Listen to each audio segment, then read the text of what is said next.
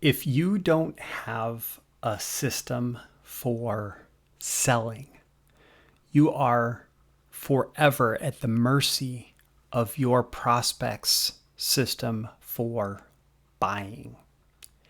If you don't have a system for selling, you are forever at your prospect's mercy of their system for buying. I feel like I didn't say that quite the same the second time. It's coming out of my memory, but it very clearly in my memory comes from the voice of Dan Kennedy.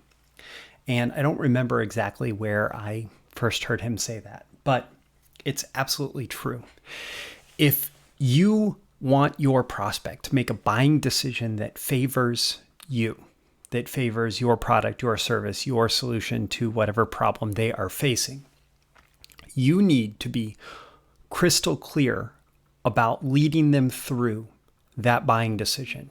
You need to systematically approach how you are helping them analyze the criteria that they're using to make a buying decision and set it up in such a way where the natural conclusion of the buying decision leads to your product, which you have built from the ground up to be superior, at least in the context of whatever buying criteria that you lay out.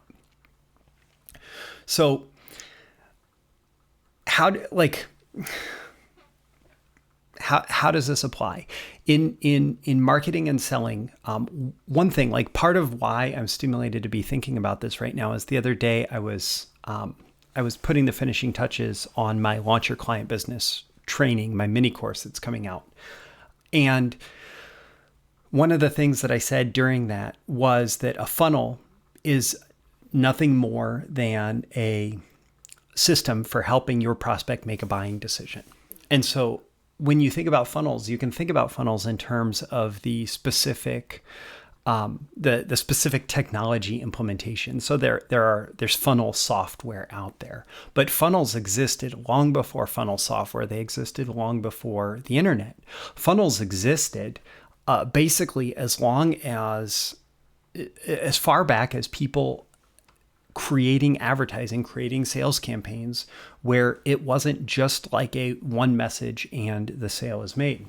So if you go back to like the classic John Caples ads selling distance learning courses, those were actually funnels. And the ads that so many of us have in our swipe files right now, like they laugh when I sat down at the piano, but when I started to play, that ad actually had a request form on it to request information about this Learn to Play Piano course. And that information that you received was a sales letter for the Learn to Play Piano course that sold the Learn to Play Piano course. And that was a funnel. And that was a type of sales funnel. And there are so many other funnels. There are funnels that involve lead generation and actually getting on the phone with a sales representative or somebody that's a representative of the company. There are funnels that today involve, clicking through to, maybe it's a lead magnet where you are requesting free information, and then it's a tripwire or welcome mat offer that's a low price offer where you're buying something just so you spend your first dollar with the company, and then there's upsells and so on throughout the funnel. And that's a funnel. An email autoresponder sequence is a funnel, right? Like pretty much anything where you are dictating the buying process, where you are not specifically telling the buyer what they need to do, but leading them, showing them how the natural buying process, the natural decision-making process can favor your product, your service, your offer. That's what a funnel is. And when, today with the internet, we have this fascinating technology that allows us to take one order from a buyer and say, well, a natural next step to what you just purchased would be this. Would you also like that today? And they can click a button and it's added to their order. And so we have this technology that allows us to not only lead the buyer into the first purchase, but into subsequent purchases as part of the same session, using internet, tech language, as part of the same session, where they're able to then buy the next product and the next product and the next product, where it's layering on additional value from their decision making. So the question then comes back to, not specific to the technology and the technological implementation of it, but on a strategic level, what do you need to do to establish the decision-making process for your prospect that involves every single step from being completely unaware of who you are to aware of the problem or challenge that you're able to solve, aware of the criteria for what makes a good solution, aware of you as a provider of a good solution, perhaps the best solution, and then aware of the deal that you are able to make them to get started.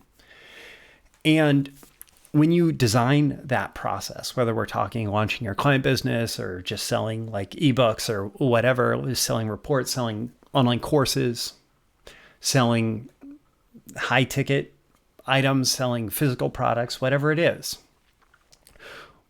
when you design that process from a strategic level and you decide what it looks like for someone to go through the buying process and the self-education process that's required for them to make an informed and effective decision about solving their problem, but also buying, then that is the process of creating a funnel. But it's also the process of simply just leading the buyer, like from the perspective, from like the J. Abraham strategy of preeminence perspective, where your goal is not just to sell something, but your goal is to be the preeminent authority, expert, and benevolent leader to your market, to your prospect, around the subject of your product or service, around the act of solving the problem that your product or service solves. So from a preeminent perspective, it is leading them to making that buying decision that is in their best interest, even in those moments where you recognize or identify that your prospect's best interest, that your potential buyer, their best interest is actually to go with a competitor or not buy something today or whatever. And so, like, for example, with my client getting training, like one of the things that I emphasize is that you actually need to not only qualify, you need to disqualify potential clients, potential buyers. You need to recognize when somebody is not a good fit for what you're doing and your process of leading the buyer, your process of walking them through that buying decision making sometimes needs to lead to, hey, you're not a fit for this. You're not going to get value. Don't buy from me today. And that is how you actually lead with integrity. And it is how you lead with conviction in those moments where you can say, you know what, you're a perfect fit and you need to take action right now. And again, it all comes back to that original quote from Dan Kennedy, that if you don't have a system for selling, you are at the mercy of your prospect system for buying. And the reality is that their system for buying often is, I don't really think about it. I don't really do my research. I just look for something that looks reasonably good and maybe has the lowest price.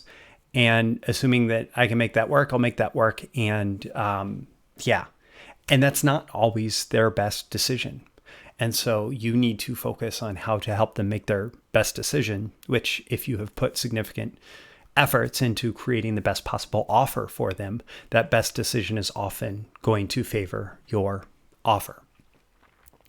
How valuable did you find this lesson? Leave a comment below. Let me know on a scale of 1 to 10 what type of value you got out of this. And importantly, why? Like, what's your biggest takeaway? What's your biggest action item? What's your biggest reflection? And how are you going to apply this in your business, in your marketing that you are creating? So let me know that in the comments below. Also click the like button before you go so the magical algorithms of the internet know to share more content like this with you. Also to share this content with more people like you who would find value in it. If you know somebody directly who would find value, you can certainly share it with them directly.